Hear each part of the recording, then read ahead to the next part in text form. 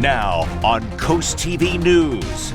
Boardwalk breakdown. I don't have to like it. It's going to happen. Demolition to make way for a new hotel in Rehoboth. Serving with heart. 150 meals from Monday through Thursday. The Milton Cheer Center, sustaining seniors, but they need your help. Fighting the freeze. What we grow here is what we need to sustain our operations for the entire year. Delaware's peach crop battles the bitter chill.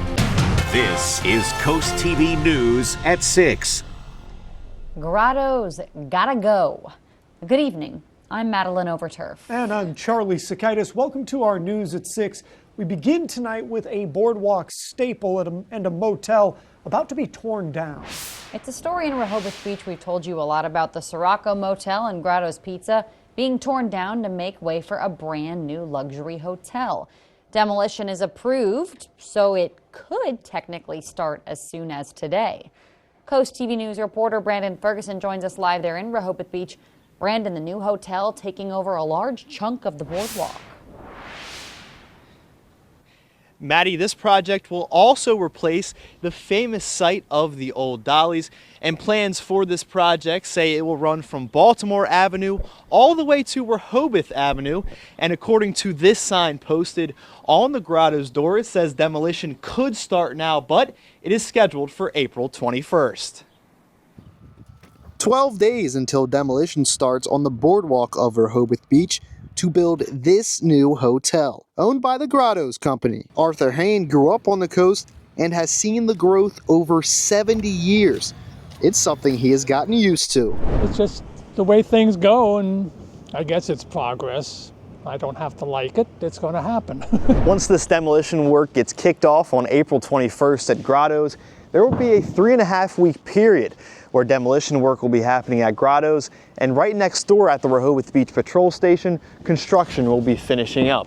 And I spoke with one local off camera who says this work happening at the same time is going to drive away people from the boardwalk. Crews will have until May 15th to fit as much work in as possible, as the city has a ban on demolitions from May 15th to September 15th. Some visitors are sad to see it. That's kind of part of the history of the place. And you wipe out that and, you know, every place is a strip mall. What's different about that? I can go any place and go to a strip mall, but I can't go any place and go there. The city says before the summer, the site will be cleaned up and fences will be put up around the demolition site until work resumes in September. It's not just the Grotto's closed. The Zelke's next door is also closed before this demo, but you can still get your arcade fix in on the south end of the boardwalk or at the outlets. Live in Rehoboth Beach, Brandon Ferguson, Coast TV News. Right across the way is where the proposed Bellhaven Hotel would go. The 4-story building has plans to be built where Candy Kitchen currently stands on the boardwalk. In March, the Planning and Zoning Commission withdrew its opposition to the Bellhaven Hotel project appeal. The family pursuing the project tell CoastTV they are, quote, hopeful that the public hearing is coming soon.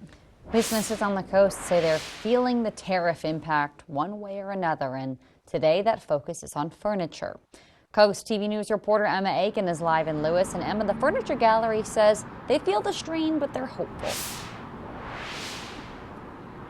Maddie, Furniture Gallery tells me that while they may know where a piece of furniture as a whole is from, like some of their chairs are manufactured in Florida, they say it's that swivel on the floor or any other parts that make up your furniture. They don't necessarily know where they're importing those from, so they say that means tariffs could impact everything in their store, but they say they're hopeful that tariffs will encourage people to buy furniture locally.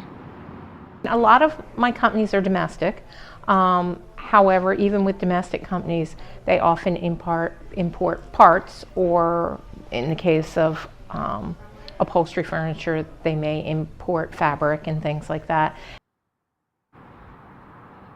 Furniture Gallery says they are a family-owned and operated business, so they don't have as much overhead as other businesses. Therefore, they try to absorb price hikes as much as they can before passing them down to the customer. Live in Lewis, Emma Aiken, CoastTV News. The dead whale that was stuck in the Indian River Bay, it is washed back out of the inlet into the Atlantic. You can see on your screen now that the whale in the Indian River Inlet, another attempt was to tow the whale was set for today. However, Mother Nature had other plans. MER did get to collect samples, though, to study before the whale was washed away.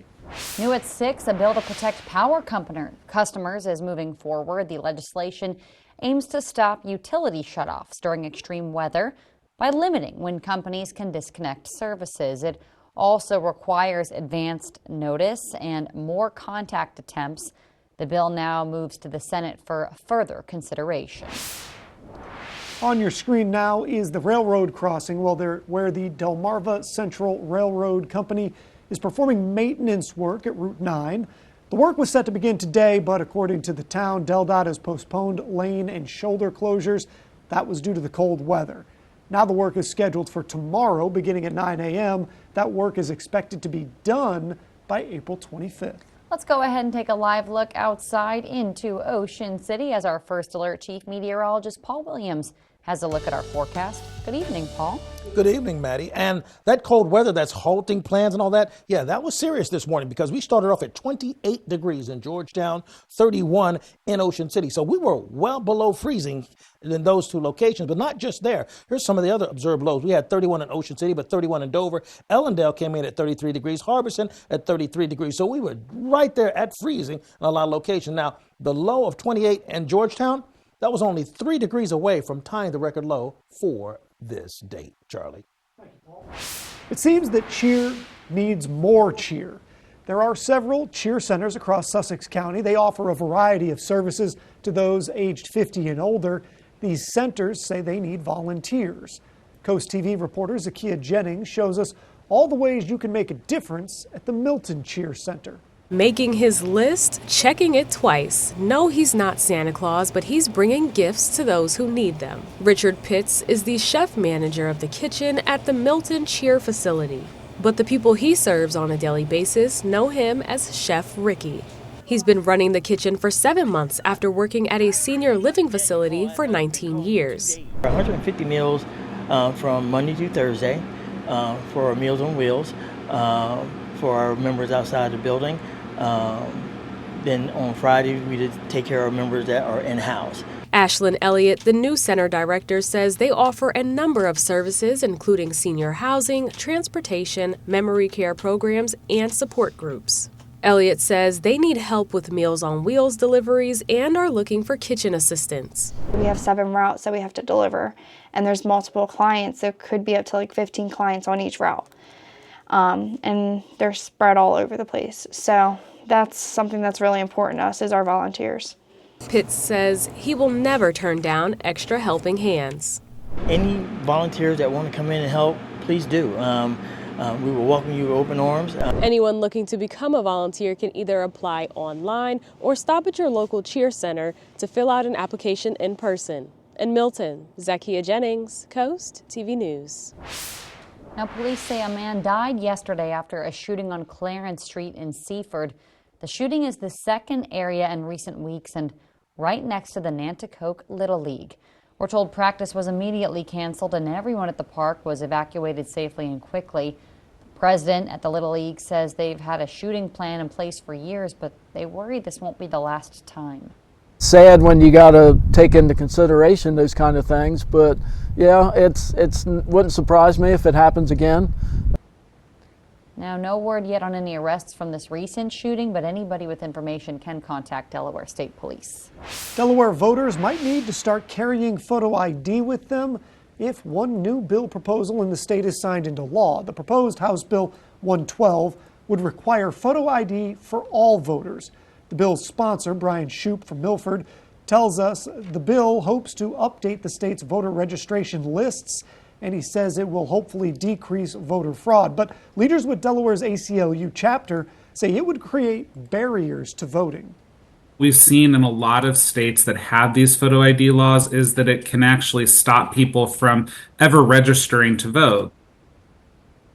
Shoup says the bill would also reduce the cost to get a photo ID in the state. And we are just getting started this evening. Boat slip rental rates, those are going up in Chincoteague. And it's looking like we're going to have a frosty night ahead as temperatures dip back to the 30s. But first, surviving the cold weather, what one farm is using to save their peaches when we're back in just 60 seconds. This is Coast TV News at 6.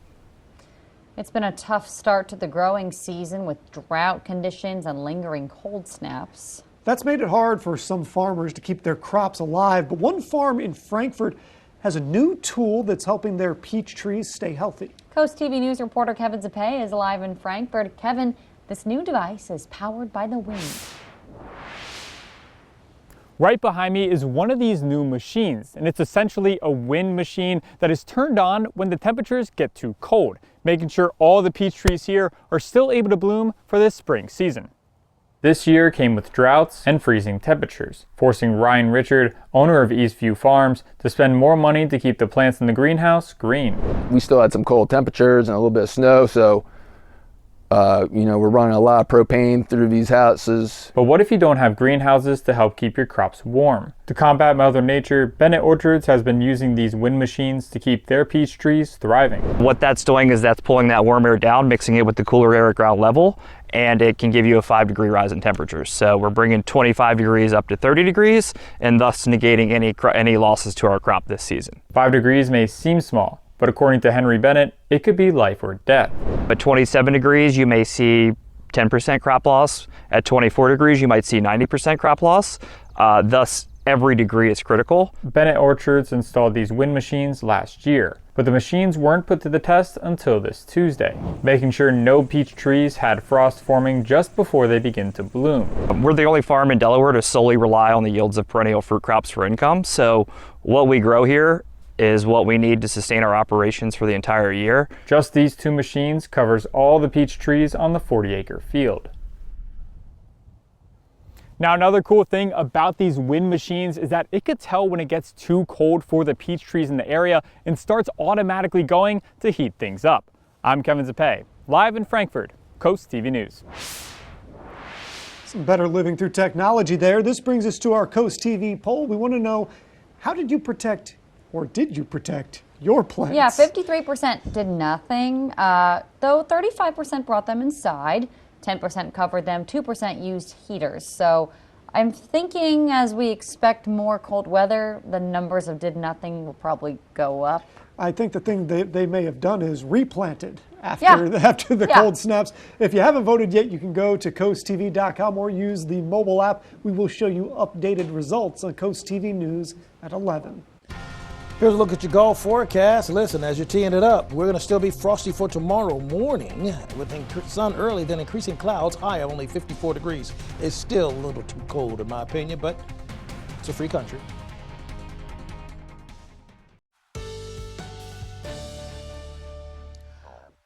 I would deem this morning as a record challenging kind of a day, not quite reaching the record low because we fell 3 degrees shy, but still cold enough no matter how you slice it, because even in Lewis right now, we're holding very clear right now, courtesy of a high pressure system that's really dominating our weather for right now, and usually it kind of cleans the slate as far as cloud cover is concerned.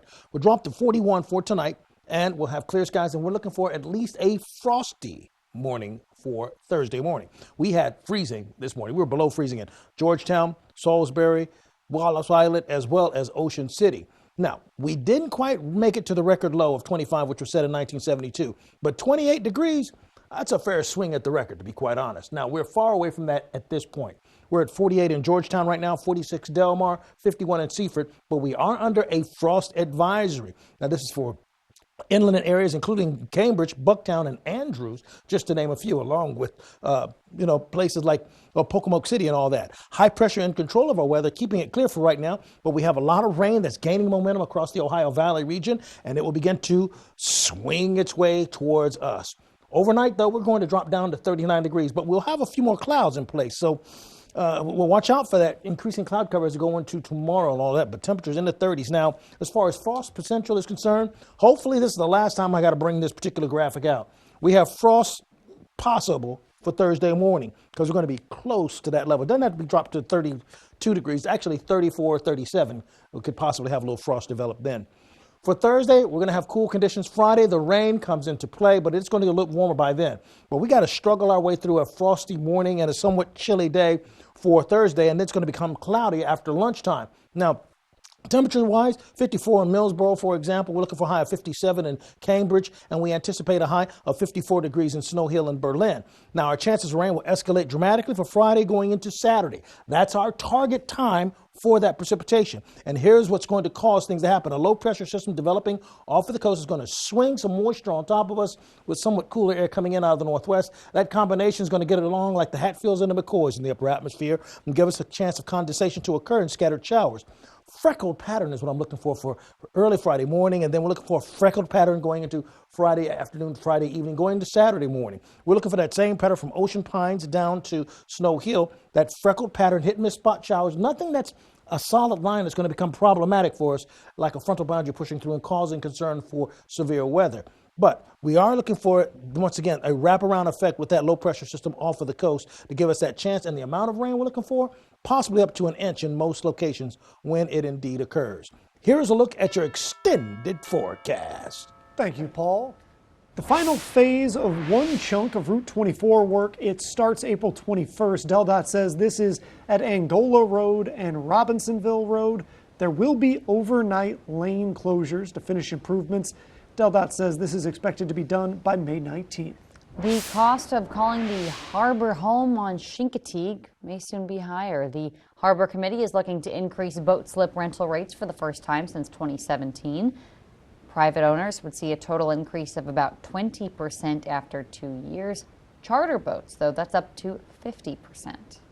The Delmarva Sports Network from the Wawa Studios. Good evening. Right now on DSN, we have Sussex Academy Boys Lacrosse looking for their third straight victory while hosting Indian River. IR is hoping to end a 3-game skid after starting the season 2-4. Indian River and Sussex Academy faced off a week ago with the Seahawks coming out on top 12-10. Tune in to DSN on the app right now for action streaming live, then over the air on DSN at 10:30 p.m. Check out highlights on the final score. And the Delmarva Shorebirds opening night has been moved to tonight. Last night's game was postponed due to field conditions. The Birds are scheduled to take on the Fayetteville Woodpeckers at 7:05 p.m. at Purdue Stadium. Watch this game live over the air on DSN, the first of 25 games during our expanded coverage this season. And tonight on the final score, we celebrate signing day at Pocomoke High School with 6 student athletes heading to compete at the collegiate level in field hockey, baseball, softball, and track and field. And don't miss highlights from Steve Decatur tennis taking on Snow Hill, and in girls lacrosse, Cape facing Milford on DSN at 10:30 p.m. That'll do it for sports. Have a great night. Here's something to do to give back this weekend. The 5th annual community cleanup is in Milford Saturday. It starts at 8, goes till 10:30 at the Bicentennial Park. There will be refreshments, supplies, and free t-shirts to the first 200 people who register. We have a frost advisory in effect throughout Willards down towards Snow Hill on along 113 and also for the Cambridge area. By the way, our umbrella giveaway winner, Anita Sipple of Lewis. Congratulations, courtesy of Paul Davis Restoration Home Remodeling. You can keep up with your forecast by calling our weather line. Your forecast is just a call away, sponsored by the law offices of Brockstead, Mandalis, and Federico. And finally, here's a look at your exclusive 10-day forecast. Listen, we're under a frost advisory for tonight going into tomorrow, and we'll slowly climb out of the cellar.